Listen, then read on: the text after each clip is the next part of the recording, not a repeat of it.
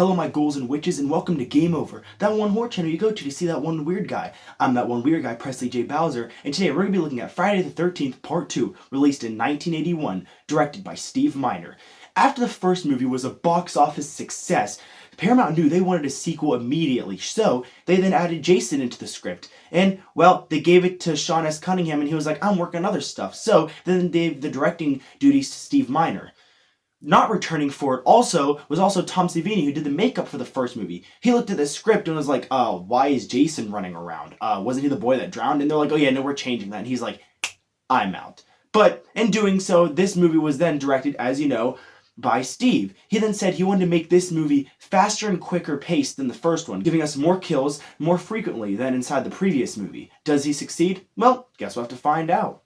This movie is about Ginny Fields and her boy toy, Paul, who are training camp counselors at Camp Crystal Lake. Well, on Camp Crystal Lake. It's at Packanack Lodge. When they're slowly killed off one by one by an unseen figure. Yep, it's Jason. So, is this movie a slash or a pass? That's what I'm here to tell you. Is it a slash, a good movie, or pass, a bad movie? So, without further ado, let's get into this movie.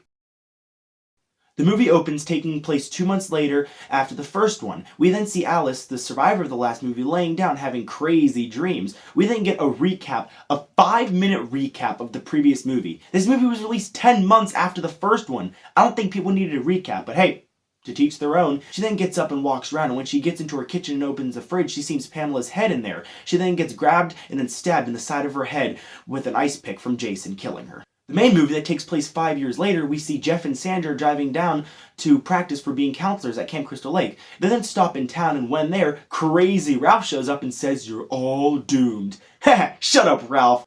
We then see the two main characters, Ginny and Paul, at camp teaching all the counselors. He then tells her to use some of that child psychology she knows. Yep, she majored in child psychology. Wouldn't that be nice if that came in handy later?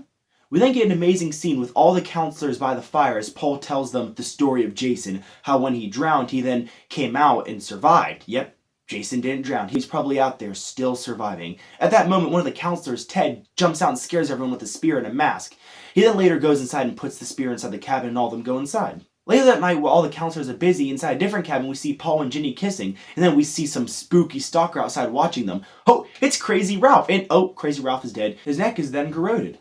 The next day, Jeff and Sandra then go sneaking around and trespass into Camp Crystal Lake property. When there, Deputy Winslow catches them. He then takes them back and talks to Paul about how he doesn't want them to reopen the camp. He said it's been clean for 5 years and he wants it to stay that way. When leaving, he then sees Jason run across the road in front of him, which I've always found kind of funny, Jason just running around like that.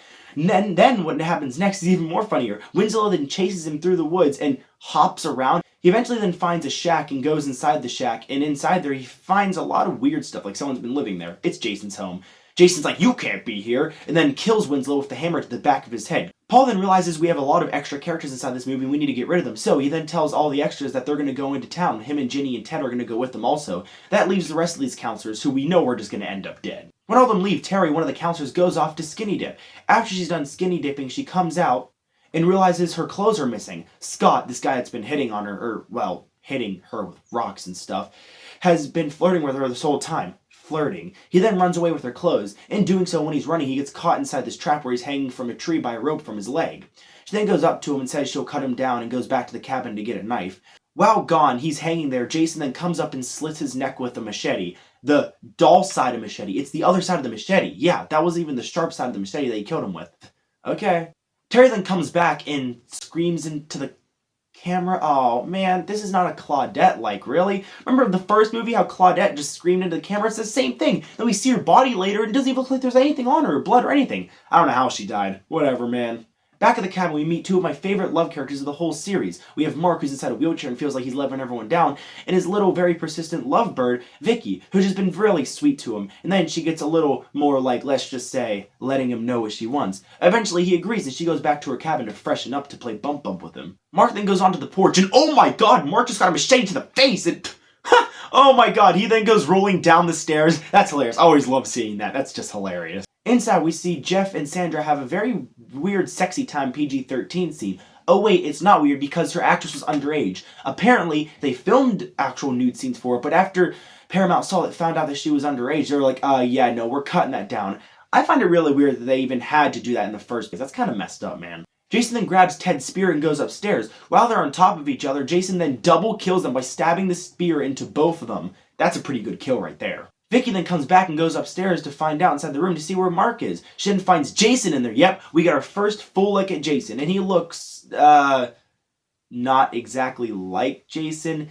Yeah, this is our first look at Jason. He's not exactly how you remember him. Well, with the hockey mask and the green shirt and all that. Yep, he's wearing overalls and a potato sack. The filmers know they want Jason to have some kind of mask covering his face, so then Ellen Lutter, a costume designer, said, hey, we should just put a sack over his face. A potato sack. And hell, they all agreed, and that's why Jason looks like that. Say thanks to her. Jason then slowly moves towards Vicky, and I mean slowly, like she had time to run. Come on, girl, run! Well, she doesn't run, and in doing so, Jason stabs her in the stomach below screen. At the bar and casino, we see Paul, Ginny, and Ted, the last couple characters left, talking about, wait, what happens if Jason actually would have survived? Like, he actually saw his mom be beheaded, and he would just be there, just all alone. That would probably mess up a guy.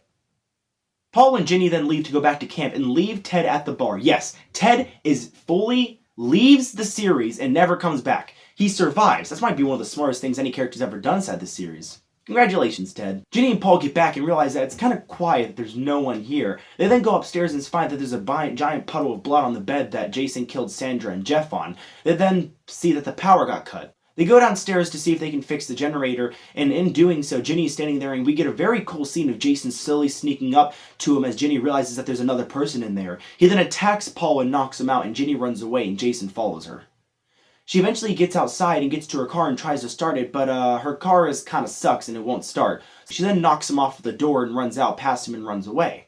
Eventually she gets into a cabin and he follows her inside, where she attacks him with a chainsaw, and oh my god, a WWE wrestling move with the freaking chair? Oh, poor Jason, I kind of feel bad for him. Ginny leaves and eventually finds Jason's shack inside the woods and gets inside of it. In the back, she finds Pamela's head and sweater, the Pamela Shrine. She then realizes that Jason's following her is about to get in there, so she puts on Pamela's sweater. Jason gets inside and finds her, and she starts using some of that child psychology she majored in. Oh look, it came in handy! She then starts talking to Jason about, Mother is talking to you. But hey, I'm not going to complain. We get some of Betsy Palmer there, and I'm never going to complain about getting some of Betsy Palmer. She then goes to attack him with a machete, but then Jason snaps back to reality and takes his pickaxe and knocks out the machete out of her hands. Paul then comes back in, oh yeah, he's here, and attacks Jason and gets Jason off of Ginny, who's being attacked. Ginny then grabs the machete, and while Paul's being attacked, takes the machete and slams it into the side of Jason's neck, stopping him momentarily, and he falls to the ground. They then leave and get into a cabin. When sitting there, Jason busts through the window and grabs Ginny. Oh my god, and then the movie cuts to white. Oh, it was a dream sequence. Oh, they copied off the last one. Man, it's okay if they do two movies. Imagine they did inside the next one. We then see Ginny's on a stretcher and she's been taken away, asking, where's Paul? Yeah, we don't really ever find out. Or do we? The movie then ends with a zoom in on Pamela's head. So, this movie, is it a slash or a pass? Here's my personal opinion. This movie's basically a copy of the first one, just maybe upgraded in a little couple ways. We get some more kills, a little more gruesome, but then at the same time, a lot of them were cut down by the MPAA. So it's kind of like, I feel like it's evened with the first one. It has its highs, it's much more quicker and not very exaggerated scenes like freaking Alice making coffee. Although at the beginning of the movie where we see Alice, she's walking around inside her house for literally like 5 minutes. It went on forever. So, in my opinion, it has its highs and it has its lows. Of course, most of the people from the first movie left, and we got a new director. I feel like the movie isn't terrible. It doesn't ruin the series. It actually might even gain on it. But the kills were sort of cut down at some points. But even in doing so, this movie is not a bad movie. And it's an enjoy watch through, and it's not too long. So, in doing so, I give this movie a slash. That's right, you get a thumbs up from me. This movie's honestly pretty good. It's not terrible, and it would not be like some of the other movies inside this series that are god-awful and I could never watch. This movie's a good watch through and just something to watch while you're relaxing. It's never too bad, and I think it's pretty good. Although Jason does look ridiculous. Anyways, thank you all for watching, and stay spooky, my friends. Hey guys, thank you for watching this video. Hope you enjoyed it. This video might be a little longer than the first one, but hey, there's more to talk about. Hope I got better with these videos. I realized that my first video, when I was in the middle of talking, I would go to look to the right and cut away, and it kind of looked kind of weird, so I hope I did better with that, but I guess we'll see after this footage. Please subscribe, like, and hit that bell, and I really hope to expand this YouTube channel. I released the first video yesterday at 10 p.m., not my best choice. I'm going to release this one about 6 to 6:30. Hopefully see what times work the best. And then not tomorrow, but Thursday, I'll release Friday the 13th Part 3, and I'll release that at about 6 to 7 a.m., hopefully doing that. And then Sunday, you'll get Friday the 13th Part 4, the final chapter, and then I will also do that one at, I'll probably do that one about 12, actually, 12 p.m., noon. Hopefully see, and then I'll do with all those, see which time works the best, and then after that, it's going to be a continuous once a week, every Sunday, releasing the episode at whatever time probably does the best. But hope to expand. Thank you all for watching, and yeah, just stay spooky, my friends.